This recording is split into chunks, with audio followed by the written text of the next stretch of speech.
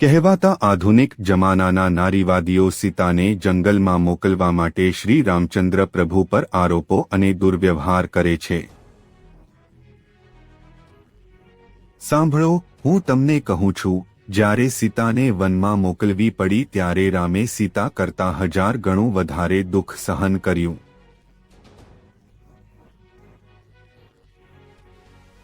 કારણ કે તેણે સીતા માટે શાબ્દિક રીતે બધું જ આપ્યું, તેના જીવનનો પ્રેમ।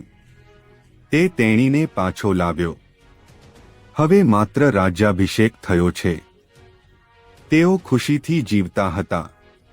તેણી વહન કરી રહી છે, તેણી જોડિયા સાથે ગર્ભવતી છે। સમજો, સીતાના ગર્ભમાં રહેલા બાળકો માત્ર રામના બાળકો નથી। તેઓ સૂર્યવંશના વંશજો છે જેઓ અયોધ્યા, સૂર્યવંશનું સિંહાસન લેવા જઈ રહ્યા છે।